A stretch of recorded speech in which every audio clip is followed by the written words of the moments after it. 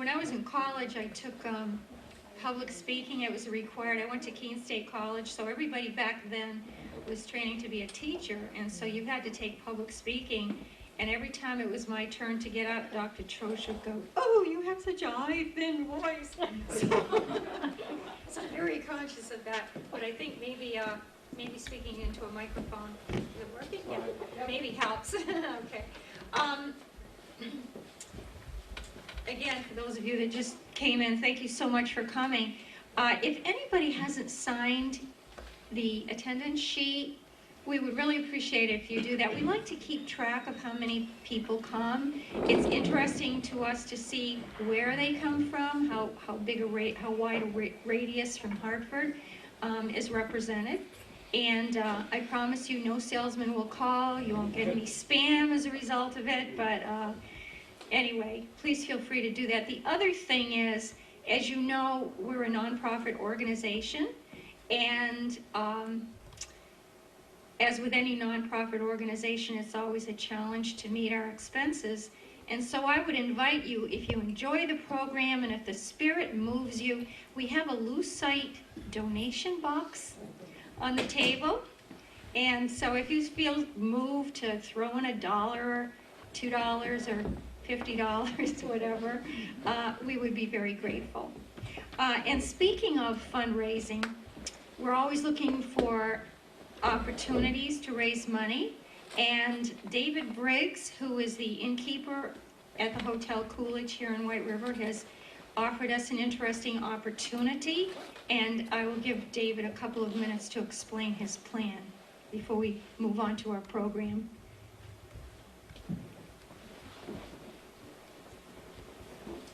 Thank you, Mary. Good evening. Mary called it an opportunity. I hope you don't think of it as a gimmick. But we have been working on the Hotel Coolidge now for 29 years. And the other day, somebody came in and said to me, "Is this place a hotel?" And I said, "Well, yes, it is." And there's so many local people that have never been up those stairs to see what's there and what we've done and all of that. So that's a little bit of a background, and I want to just pass out a couple of image pieces for you, and I'll tell you what I have in mind. Just give you a little impression of the place if you've never been in the door. And this message is directed at members of the Hartford Historical Society. I'm a member, and that's why I thought this was on topic and appropriate. We would like to offer, and we're doing this to some other nonprofits as well, the opportunity to sell what we call preferred guest cards. And we're putting these out in selected batches to people like the Hartford Historical Society with a good value tied to it. These are like, I have one in my pocket from LL Bean, perhaps you've seen those. They load them up with points or dollar value or whatever you want to call it. They have the magnetic strip on the back and they're all numbered. And we are proposing to sell these for $89, but when you get to the hotel, they're worth $150. So that's like a 40% bargain. And there's no restrictions. You can use it with every other promotion that we have. So if you can talk our desk clerks into a lower rate, then they go even further. But the point for the society is this. Every card you sell, we will pay a commission of $15. So let's just say over the next 4 to 6 months, loyal members of the society were to quietly sell these 1, 2 at a time to friends and relatives who are coming into the valley and need a hotel room. This is a good value, you could say, because it is, unless you don't like our rooms. Our rooms are about $100, so if you buy this card, you get a room a night and a half, for example, for $89, and the society gets $15. And if, let's just say, the loyal members of the society were to sell 100 of these over the next 4 or 5 months, you'd make $1,500, and we'd have 100 new customers. So it's part of that whole sentiment of buy local first. We struggle because we have to campaign against national advertising, and we don't do that. So we think it's a fair deal. I think, Tammy, do you have the cards? I did not run them. No, but you have them, right? Yes. Yeah. Tammy has these cards, they're all numbered. They don't have any point value on them until you sell them. The deal is you sell them to somebody who thinks it's a good deal. You give them the card and a certificate, they bring it into the hotel, and then we load them up. So if you lose one or it goes down the garbage disposal or whatever, it costs us about $1 a card to produce them, but there's no other way they can really go wrong. And I've got the administrative details here for whoever in the society would like to be the clerk on that, and I'll leave a few more brochures. But we'd be thrilled if these went out the door and people came to stay with us, and we'd be doubly thrilled if the Hartford Historical Society would make a bunch of money doing it. Seems like if you have company coming for the holidays or whatever, and you know you're gonna be buying a hotel room someplace, and this one's good enough, then everybody wins. So, thank you for the time. It's always fun to be here. I really am part of this group, and I've presented before, and I hope I'll be able to come back. So, thanks for listening.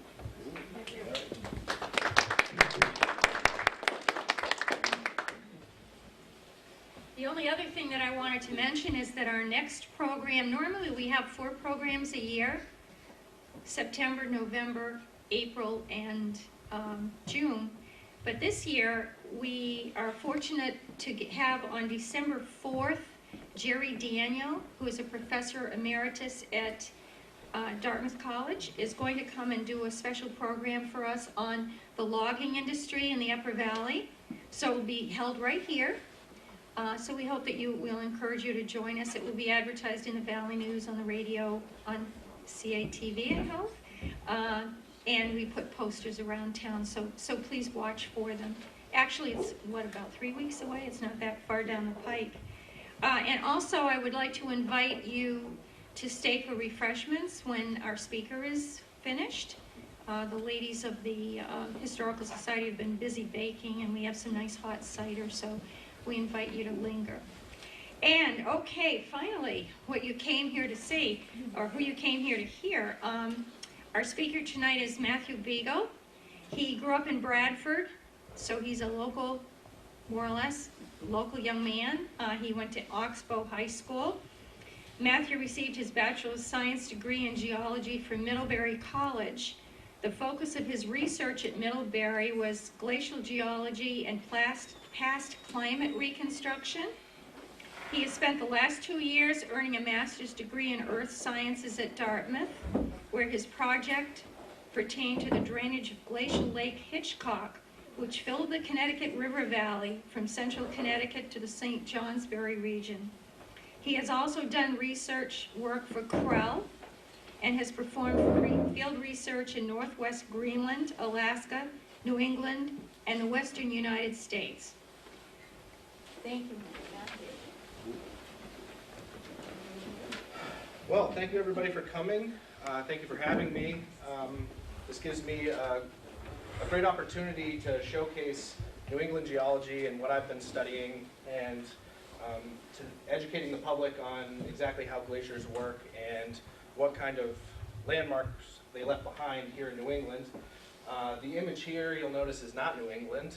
Like I said earlier, this is Glacier Bay, Alaska, and right behind the title here is the John Hopkins Glacier, which extends back up into these mountains, and the front of which is about 300 feet high. And this may have been the image of the Connecticut River Valley as short as 15,000 years ago. So it's a depth picture for what we're going to be talking about tonight. And like Mary said, I'm from Bradford. I went to Middlebury College for my undergrad, and I went to Dartmouth for my master's, so I haven't gotten out very far, but I've made it around the state. And I first got interested in research science when I was in high school, and I was lucky enough to travel to Alaska and work on a project on the Matanuska Glacier in Alaska, working with graduate students from Lehigh University, Duke, Dartmouth, and UVM. And this is a photo of me lounging next to a superglacial lake, which is a lake that exists on top of the ice. And just for scale, the distance from myself to the shore in the background is about 3/4 of a mile. So this is a rather large lake. And I was performing this research in high school, and I thought, these guys get to do this for a living, this is so cool. And luckily, 10 years later, I'm still doing the same thing, and making a living at it, I guess, or at least studying it. And this is me in northwest Greenland, just north of Thule Air Force Base. And this is the North Ice Cap, and this white sheet in the background is the Greenland Ice Sheet. So luckily, I've been able to make places like this my summer home for the past few years, and it's been a little tough. As you can see, the ground is a little bit unforgiving, but with enough camping pads, it's a suitable bed. So tonight, I want to talk about several different things. It's kind of a potluck of glacial landforms, and what we're first going to talk about is how glaciers work, what exactly a glacier is versus an ice cap versus an ice sheet, and the landforms they leave behind, which are clues that we use to try and unravel the history of different regions around the U.S., and specifically tonight, we're going to be talking about New England. Then I'd like to talk about the timing of retreat of the last glaciation within this area from roughly 21,000 years ago to present, and the history of research that built up this story that I'm going to tell you tonight. Then for a brief few minutes, I want to talk about current research and why researching ice sheets that no longer exist is very important for our day and age, and talk briefly about the research that I've been doing over the past several years, trying to understand Glacial Lake Hitchcock and how quickly it may have disappeared from our landscape. So to start, I've tossed around some jargon about ice sheets and ice caps and glaciers, and this is the basic takeaway. Ice sheets are really large, greater than 50,000 square kilometers, and ice caps are everything less than that, that is unconstrained by the topography. That is, these amounts of ice don't care what's in their way. They're not held back by mountains or Himalaya-sized ranges. They just bulldoze everything in their path. And following this up are valley glaciers and cirque glaciers, which we'll be talking about more in depth. And these are constrained by topography, as you can guess from their names. A valley glacier extends down valley, and a cirque glacier is held within a bowl-shaped cutout on the sides of mountains. And we'll look at some images of those in just a second. So there are two major ice sheets left on Earth today. One is the Antarctic Ice Sheet, which you can see a nice IceSat vision image of here. There is the large Eastern Antarctic Ice Sheet and the Western Antarctic Ice Sheet here. They are connected, but in terms of research, they are referred to as two different things. And the Western Ice Sheet is actually below sea level. The topography that underlies this ice is several hundred meters below sea level, so one thing that researchers are worried about is if this ice sheet becomes unstable, that is, all of the ice shelves around it start breaking off, and water is able to reach that bedrock, that this may disintegrate rather quickly.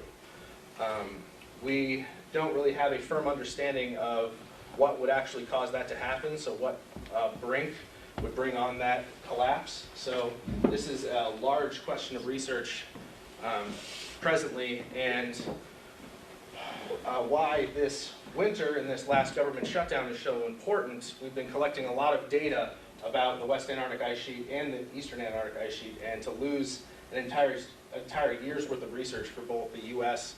and all the other countries that perform work at the South Pole would be really devastating to the science. How thick is that sheet? It is several thousand meters. So you're saying that if it were to be, water were to get in it, it would destroy that? to get underneath it. I'll get on. So the shelves, the ice shelves, which are actually floating on water, this is actually a large bay here, this is the Ross Ice Shelf. These act, or have been found to act as buttresses to water around it, and they kind of hold back the water. If you were to lose that buttress, they're not sure, or scientists are unsure of whether that water will then start forcing its way underneath the ice sheet and causing it to start becoming buoyant and then therefore be unstable with the amount of weight that it's lifting up. So is what we're looking at right now, part of that is underwater? Well, it is underneath the ice. This, there's water underlying this ice shelf here. It's just the topography underneath is actually pressed down by the weight of the ice over top of it, that it is technically below sea level, kind of like Death Valley. So it actually is below the water that is surrounding it. It's just all of this ice is holding that water back from going underneath the ice. This is a small ice cap in Iceland, and I'm not even going to try and attempt to pronounce the name, but it is, as you can see, it is surrounded by these smaller valley glaciers, so these tend to exist in tandem with one another, and those are moving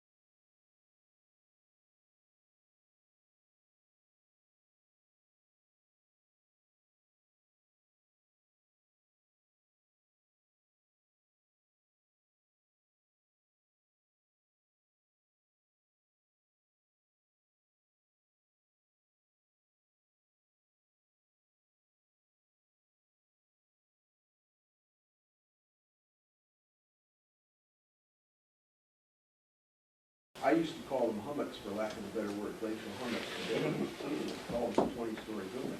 Yep. And they've got, you know, they're well, there you can see Well the defined. sedimentation of the rock, and then of course on top there's grass and trees, Yeah. which is amazing. Are they more elongate, kind of No, teardrop they're shaped? pretty much, well, maybe the teardrop, but they're not really elongated. I would say they're More closer just to round tongues. or oval. Okay. What they possibly could be are drumlins. They form these kind of egg-shaped features, and they'll have a tail on them. And how they particularly form underneath the ice isn't well understood. It's currently being researched, I think, at Lehigh University. But as the ice recedes, it'll leave these teardrop-shaped features, and they'll actually, they tend to occur in large amounts. So you normally don't just have one drumlin, you'll have like 20 of them together on the landscape. And they're really something to see. Now, do There's a those lot of have- them in western New York. Do those have sheer rock walls on them or no? They can be made out of bedrock and they can be made out of sediment. So that's why it's kind of odd. Nobody really knows how they're formed because they can be made out of a hard surface as well as something that needs to be deposited there. This goes. So another feature that we have, this till that's left behind is obviously very rocky, as we saw in the image before, and luckily our ancestors have taken those rocks and consolidated them into nice rock walls for us. So these are the field stones that needed to be removed in order for locals to be able to farm the land that is now around us. So all of these are most likely glacial erratics from northern Vermont or even Canada. And this is a large erratic in the western side of the state. I think it's called the Green Mountain Giant, and it's named by the Vermont Geologic Survey. Just a massive boulder that, compared to the size of the ice sheet, is just a pebble being dragged along by this thing. And you can see the base of it is just flattened right off. There's a Madison boulder south of Conway, it's about the same size. Yeah, there's lots of them perched around, and you'll see them perched up on hilltops or on tops of moraines, and they look very unstable, but they're there for sure. And so the landscape that you get developed by glaciers tends to look much like this. So anybody who's been to Alaska or seen lots of photos of Alaska, these are the features that you'll see, and this is probably what New England may have looked like during one of the past glaciations. I think if I were to not show you these titles here, you would probably pick this as being what our normal landscape looks like now. And that's because there have been so many glaciations within New England, it's taken the Green Mountains and the Adirondacks, which were once Himalaya-sized ranges, and just beaten them down to the sizes they are now. And the one place that we really have left that where we can see these types of forms is Mount Washington.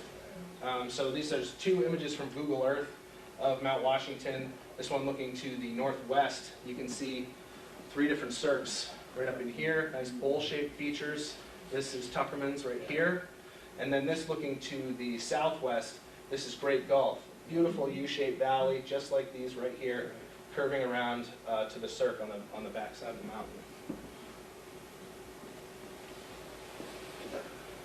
So, getting into the second part of what I wanted to talk about is actually the retreat of this massive ice sheet that covered the majority of Canada and northern United States. This is the Laurentide Ice Sheet shown right here, and this ice sheet that's breaking up is on the western side of the United States and Canada is called the Cordilleran Ice Sheet. And they were separated by the Rockies. And you can see us located right here on the southeastern edge of this ice sheet under roughly 2 kilometers of ice. And kind of to give you an idea what that may have looked like, here's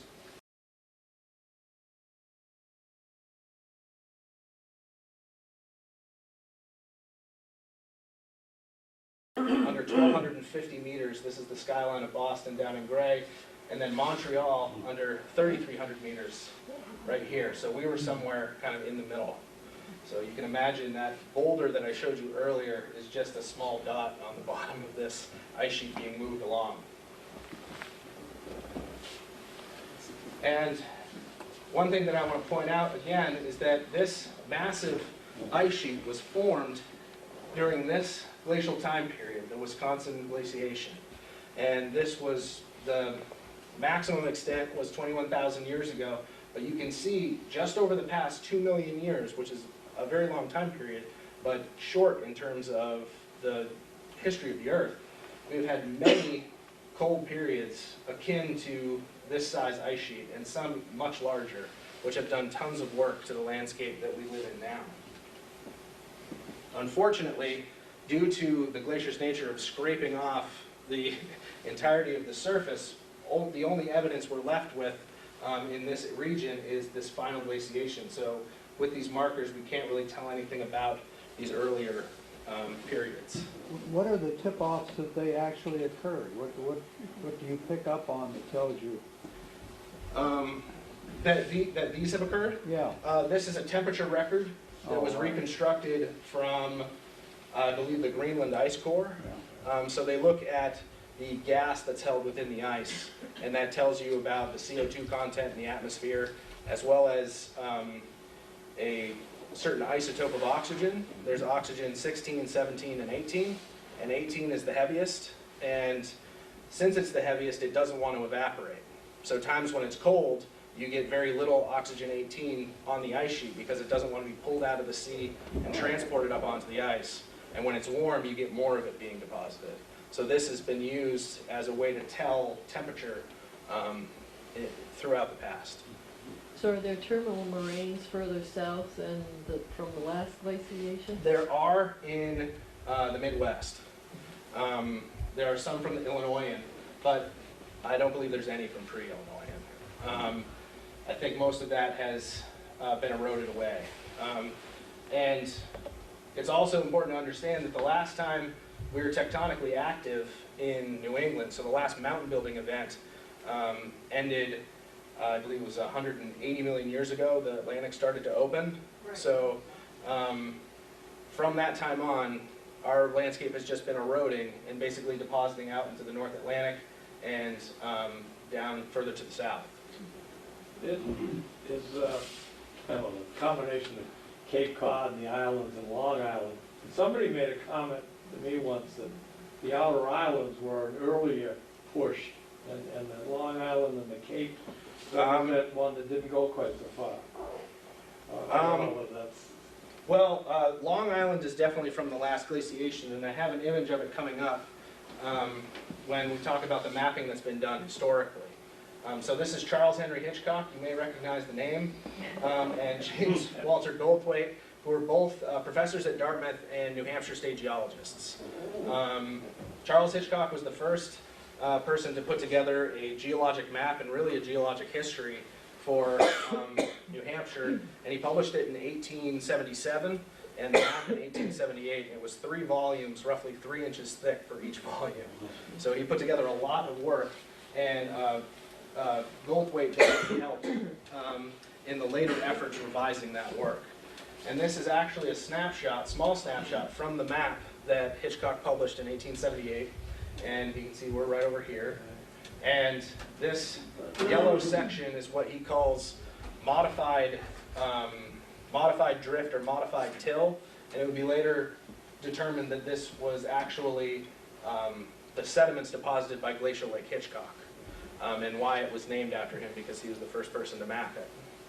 And you can see here in New Hampshire, obviously much more detailed mapping because that's the state he's actually working on. You can see all of these blue arrows that have been plotted just in this small region here. These are all measurements of striations left behind by the last glaciation. So even in 1878, they were putting together these keys that there was a large ice sheet here and it had to be flowing in order to create these marks. Oop, that's where we are. Following Hitchcock and at the end of his career as a mapper, Ernst Antevs traveled to the United States from Sweden with his advisor, Gerard de Geer, and Antevs was able to reconstruct how long it took the ice sheet to retreat out of New England, and he did this by measuring sediments that were deposited within Glacial Lake Hitchcock. And those sediments are called varves. And I'll get into talking about those in just a second. But this is a map that Antevs published in 1922, along with his first paper on the subject. And you can see this moraine that he mapped all the way out through Long Island and out to Cape Cod, as well as Martha's Vineyard and Nantucket. And this is the terminal moraine for the Laurentide Ice Sheet during the last glaciation. You can also see other smaller moraine complexes up through New York. These were smaller pushes of the ice sheet. There's also other ones in northern Vermont that he did not map that were recently determined to be a re-advance of the ice sheet, I think in the 70s. And you can see all of these markings here are his measurements on retreat of the ice due to You recognize that by the collection of stones. Yeah, he recognized these based upon the shape. So moraines tend to be this, nice hill shape. They look like eskers. I mean, they're very, they're kind of dome shaped and elongate. And then looking at the sediment that made them up, they're not sorted, so they're not layered like eskers would be. And they have all of these striated clasts within them. So that's how they determined these to be moraines. And moraines are all over our state as well as New Hampshire, smaller complexes, which we may see some in a slide further on. So now we have nice high-resolution satellite images, so we can see it's a little bit easier to map out moraines. And you can see here in Long Island, we have this beautiful moraine crest moving along from here, and a secondary one right here. So this would have been the first moraine that the Laurentide pushed out, and then you can see it's truncated by the second one, so it's erased by the second one that comes along, this younger moraine. And you can see the difference in texture between the till that's laid down behind this moraine and the outwash from all the water being flushed out from the ice sheet right here on the southern side. So briefly to go over what Antevs was mapping, he was mapping varves, and these are couplets of layers that represent summer and winter deposition within Glacial Lake Hitchcock. And this is a high-resolution image of a core that I took from, I believe this is from Lily Pond in Norwich. And you can see this lighter layer here is the summer deposition. So in the summer, we have more heat, there's more melt on the ice, so therefore there's more water pushing sediment out away from the ice and depositing within the lake. Then during the winter, you have this clay layer that's deposited because you have less melt, and you also have the lake freezing over, so there's less wind kicking up the very small clay-sized particles within the water column, and those are able to settle out. So by counting these, you're able to get an annual record of how long this lake was on, how long this lake was in our region. And Antevs did this by sampling actually at outcrop scale, not within lakes themselves. And he came up with a 4,400-year record. And this image here is from northwest Greenland and may have been what New England would have looked like at the time. You have this large ice sheet covering the landscape. This might be central Connecticut right here, this lake starting to be deposited, and as this ice retreats back to the north, you have this large lake growing and growing. And it grew quite large. And this is Glacial Lake Hitchcock right here, stretching up through the Connecticut River Valley all the way up to the Lyndonville region. And we have the White River Junction arm right here, we're right there. And there are many glacial lakes on the landscape, and Antevs measured varves within each one of these. He measured varves from the Connecticut River Valley, from Lake Albany, and from Lake Merrimack, and they all matched each other. So every year, the same relative thickness of sediment is being flushed out into the lake. And that's how he was able to correlate these to one another. And he would do this by going out to outcrops along the river and taking strips of paper and marking off the contact at each one of these layers and measuring them by hand and plotting them by hand and taking these plots and moving them back and forth to try and see where the different peaks line up. And you can see a record here from Newbury, Vermont, where he took this smaller record from just north of the town and lined it up. He saw this one peak here with these two smaller peaks right before it, and he was able to put together this 4,400-year record based upon this work. And that surface that we were looking at, that's rock, right? The surface we were looking at, this is actually sediment. So this is fine clays and silts and sands along the river. So the river's cutting through this material, and then he's scraping it off with a shovel, basically, or some type of smoother implement, and then he's tacking this paper up and measuring them. Very tedious process. Okay, so like when I recently dug my cellar hole in the clay along the Connecticut and I saw those striations, I was looking at the same stuff. You were looking at the exact same stuff. So all along the Connecticut, you get this. There was a recent pond that I was able to visit that was being dug right next to Child's Pond. You go 2 feet past the topsoil and you hit these layers. They cover the inside of the Connecticut River Valley. And about how long ago Would these have been deposited? Yeah, I mean, what are we looking at in terms of years ago? So Glacial Lake Hitchcock existed from roughly 18,000 when it was initially formed in Connecticut to 12.3 thousand years ago. Here, the ice was gone roughly 14,000 years ago. So the lake would have existed from 14,000 to 12.3 thousand years before present. In that period, was there breakaways of well, like Miller's Falls, and down there's rock that comes up like a dam, and somebody Yeah. told me once that broke away at certain times and dropped the lake. Yeah, the lake, if I go back here, the lake was initially dammed in Rocky Hill. Yeah.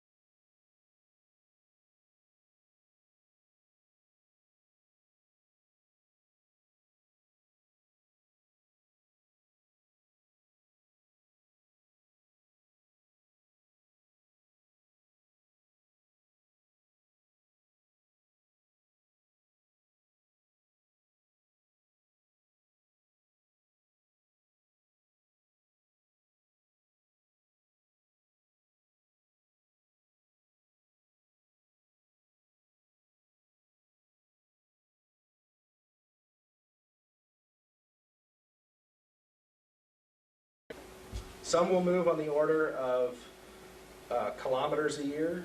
Some will move on the order of meters a year. So it really depends on the glacier itself. The Matanuska Glacier that I was on in the earlier image, when I was much younger and much thinner, moved on the order of tens of meters a year. And it would push forward about 10 meters and then kind of recede back a little bit and then push forward a little bit. It stayed relatively stagnant, but it kind of moves in this kind of seesaw pattern. Did the back and Hubbard forth. Glacier, they called it galloping, and then it retreated again in Alaska? There are ones that do that. The Hubbard Glacier does push forward every year throughout the bay, and then due to the shape of the bay, Closed it off? the bay comes out and then juts down. So once the Hubbard Glacier reaches that, it tends to stop because it needs a very large volume of ice to fill it and then reach the other side of the bay. And it has done that before. It did it in the 80s, but it only stayed closed for 1 year and then retreated backwards. Glacier Bay tends to be an anomaly. Well, when you think about glaciers, there are some that are advancing quite fast, and others that are retreating for the hills, like the Geeky Glacier I showed earlier, that has retreated almost 10 kilometers now since over the past like 15 years. So yeah, they can move rather fast. Yes? Some years ago, I remember seeing, I don't know whether it was on television or wherever, but the researchers were able to tunnel down right down along the edge of a glacier, I think and view the bottom of the glacier as it moved by them. They were able to film it, Yep. if I recall. Are you familiar with that? I'm not familiar with that specific study. There have been several studies. Krell has performed one in the 60s in Greenland to tunnel into the Greenland ice sheet and see what's underneath it, because nobody really knew. And the important scientific data that came out of that study was that ice sheets tend to be cold-based, so they don't have a lot of water at their base, and therefore they don't do a lot of work on the landscape. So when they removed, you notice the photos in Greenland, there was lots of rocks strewn everywhere, which you wouldn't really expect if the glacier had been pushing all that stuff away. Ice sheets will move out over that and then retreat back without even moving like a small little plant, and they'll stay right in place. It's really amazing kind of the differences you get between ice sheets and active glaciers that would have been moving back through this. You talked about ice caps earlier. How do they move, or do they move? They move outward from the summit. 360 degrees? Or? Yep. So they move out in every direction, and ice sheets do the same. Oh God, we're gonna go way back.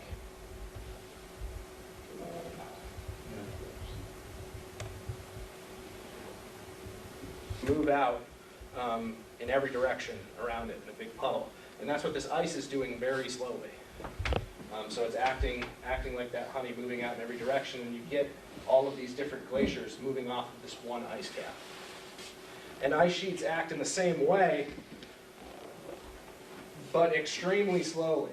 And it's been shown that the majority of the movement in these ice sheets does not take place right here. They tend to pile up, and they're moving extremely slowly at the center. And when you get out to the edge, you'll have these what are called glacier streams. So you'll be able to map it, and this glacier is moving much faster within this ice sheet than the rest of the ice sheet itself. And they believe that's because there's a lot of water being injected at this one spot and causing it to slip out, much like a paddle on an air hockey table. The dynamics of glaciers and ice sheets are still being studied, and there's lots of questions to get at.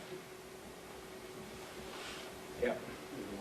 Monopolize the Q&A, but could you show us the slide then where you had the colder, warmer arrows? Yes. Sure. It looks like it was, it represents this fluctuation over time, over long geologic periods of time. And but the overall picture is that it's, it's more like colder as you get up closer to zero. Yep. And, but it has kind of a randomness to it. I mean, It does. It does have a randomness back and forth. And what a recent area of research is what happens right at the edge of this warm period and this cold period, and how quickly that change happens. And it's been increasingly shown that that change can happen over a series of decades, so that you can move from this extreme warm period very quickly down to this extreme cold period. And they're terming those rapid climate changes. And they're not sure exactly what triggers them, but it's been shown that it can be quite drastic. And you can see, as we move up towards present, we've been moving into this interglacial period, which moves us up to this very warm period. And it wouldn't be unheard of. At some point, we'll plunge back down into another glaciation in the future. What's going to cause that is unknown. so when you're down on the cold side, I mean, where would you go to live? I mean, Luckily, this ice sheet takes a very long time to form. People have actually done computer models to see, all right, if we were to skew very cold, where does this ice sheet show up first and how does it move? And it actually forms in 3 different places in Canada and then merges together. At least that's what the model showed. So there was a small ice cap that would form here, a small ice cap that would form here, and another one off over here, and then those connected and then would spread out from that point. And really, once you get that ball rolling, if you have either lots of precipitation or really cold temperatures or both, you're going to get a rapid expansion in that ice, because you're going to get tons of stuff being deposited, and it's going to stay there because it's very cold. so the uppermost line. Yeah, property values would dive. But then as you retreat, we would have all this lakeshore property. Yeah. The topmost line is 10,000 years old. Right here? Us now. Roughly. Basically, over the past, this top bit right here, that little black, just looks like one little jig jog, that's about 10,000 years. And if you look, at the climate record and you stretch it out, you maybe only look at the last 800,000 years. The last 10,000 has been pretty stable, which nobody really, I mean, people are researching why, but before that it was kind of chaotic. You have these rapid changes up and down in temperature, which match CO2 and other greenhouse gases. But then you move into the Holocene and then into recorded human history. We have this kind of stable period, and now this period where our CO2 levels are rising quite drastically, which could lead to many things, including increased temperatures, which could lead to this ice sheet right here being destabilized and collapsing, much like this one did. And if a small change in temperature caused this ice sheet to retreat, I wouldn't be surprised if a small change in temperature would cause this little guy to retreat. So, yeah, it's kind of a worrying prospect, but yeah, we'll see what happens over the next couple generations, I guess. So did any of the big meteor strikes coincide with any of that, or is that too small a incident time-wise? Meteor strikes do coincide with changes in slight fluctuations in temperature, and I think, I'm going to forget the name of the strike that happened down here around the Yucatan. It put so much material into the, I think it was a meteor. And it landed right here. It put so much material into the atmosphere that causes reflection of incoming solar radiation, and it also causes like shading and cooling. So it drove down temperatures slightly, but it didn't depress it into kind of a catastrophic trough, which you got. Roughly 14,000 years ago, there was a cold snap caused for several thousand years by a lake that was dammed by the Laurentide releasing into the North Atlantic and shutting down the thermohaline circulation. So what it did was it took all of this non-saline water and covered up the North Atlantic, causing the thermohaline circulation not to bring any warm water north. And it kind of pushed the northern hemisphere into a cold period. And that's known as the Younger Dryas. And, yeah. What about the little ice age? I think like Valley Forge, wasn't that kind of the end of the little ice age? Yes, that was. That was, I think, a 150-year cold period. The details of the little ice age I'm not particularly sure of, but it was a drop in temperature, much like the Younger Dryas, but a lot less severe. So, yeah. Then you had another one I've read about in history, that the Vikings coming down into Europe were driven out of Scandinavia by a cold time that the crops and everything was well. Yep, there have been recorded the Norse culture that came over to Greenland and over to Iceland and Svalbard and other regions kind of collapse when you have these dips in temperature. And in Arctic regions, it doesn't take much. It takes a degree, and you'll get a major advancement of ice. And the growing season already is very sparse. And once that's gone, you lose cattle and you lose all of your infrastructure. Yes? Do you know what caused that large heat spike near the beginning? Right here? Yeah. No, I personally do not. It's this back and forth that we're seeing in this record does match other things that we measure, like CO2 and greenhouse gases, that we're able to record back to roughly 800,000 years before present, because that's the longest record we have from the Vostok ice core, the Russians' ice core in Antarctica. And they match, but it's kind of a chicken and egg problem that far back. You're trying to figure out, all right, did the cold snap come first, or did the CO2 drop come first, or were they in tandem with one another? Is one causing the other? So it's really, it's hard to infer, and scientists have based their careers off of trying to figure out that one problem, and we still don't have a definitive answer, unfortunately. Are we, on the right diagram there, are we looking, all that spiking, does that indicate one glacial ice period, or glaciation period, or is that sub-chapters of a single glaciation period? Is that With clear? this spike here, All of them? yeah. Is every one of them a glacial period? Each one of these, I would not be surprised to be its own glacial period. This one we know is one glacial period here in North America, because that's what we have the record of. Unfortunately, we have very sparse recordings of the Illinoisan. I think these are multiple advancements, so you have a large advancement of ice during this cold period, where it then retreats. I'm not sure if during this period all of the ice disappears out of Canada, but it then comes back during this period here. And then when you move back through, you're basically inferring based upon what we have. So if we have this large ice sheet during this time period, we would expect it during this very large spike. We don't have any physical record of it now because it's been scraped away long ago. But based upon what we see here, we would believe that this would be its own glaciation, possibly this one as well.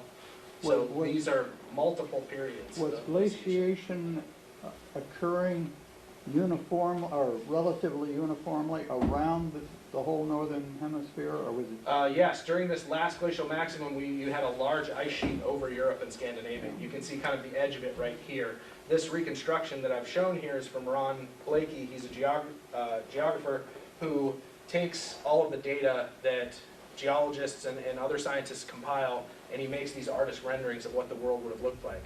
You can look his name up on Google, and he has these images of the Earth back hundreds of millions of years through time, and you can look global as well as regional, and you can see kind of what the Earth may have looked like. What's his name? His name is Ron Blakey. You can see the spelling of his last name right here, and if you just Google his name, and you'll come up with his website. He's a very famous paleogeographer. Yes? I have a quick question in regards to Antev's work. Mm-hmm. In those graphs that you showed with the spikes, is that the spike, the thickness of a couplet? It is. So each one of those spikes is a change in relative thickness. So if he were to measure a section here, he would measure the relative thickness. So it may change from a centimeter to 2 to 3 to a half. And then he would measure in Newberry, and in Newberry it may be a different thickness, but the relative change between each layer would be the same. And that's what he based his theory upon. So if you have a change of 1, 2, 2, 3, up there if you have like 2, 4, 4, 6 would be the change. So it would be, they would look the same when you plot them and then normalize the vertical scales to one another.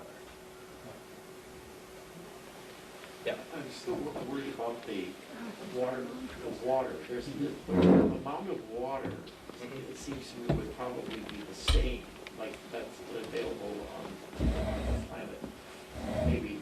And so here comes, the sun is beating down and it warms, and so that you get more vapor.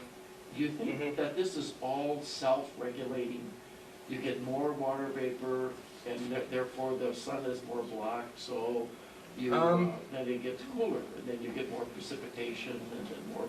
I think in terms of the short-term climate, like weather, that is all self-regulating. Long-term cloud forcing is a forcing in terms of how much is getting reflected back, as well as how much aerosol is in the air, taking long-wave radiation off the Earth and just taking it and shooting it right back down at the Earth, which is the problem with greenhouse gases now. It's basically trapping us inside this greenhouse. We need that to keep ourselves warm, but if you push it to an extreme, we'll get even warmer.